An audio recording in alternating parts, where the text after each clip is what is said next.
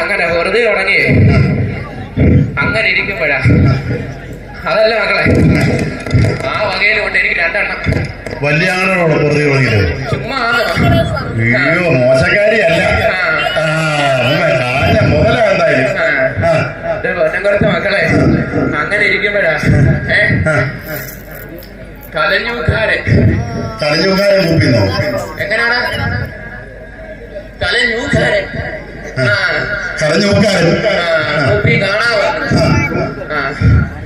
അങ്ങനെ മൂപ്പീനെ എന്നെ കാണാൻ വന്നപ്പോഴേ എന്റെ വെല്ലുമ്മച്ചിയുണ്ട്. വെല്ലുമ്മച്ചിയാണ് എന്നോട് 2 ഇടങ്ങഴി നെല്ലെടുത്ത് വെച്ചിട്ട് പറയുവാ കൂടെ പോയച്ചു ഞാനിത് കേൾക്കാത്ത പാടി കൂടെ പോയച്ചു വന്ന് മക്കളെ. അപ്പോഴാണ് എന്തുവാ മൂപ്പീനെ അവിടെ ഒന്നും കാണുന്നില്ല.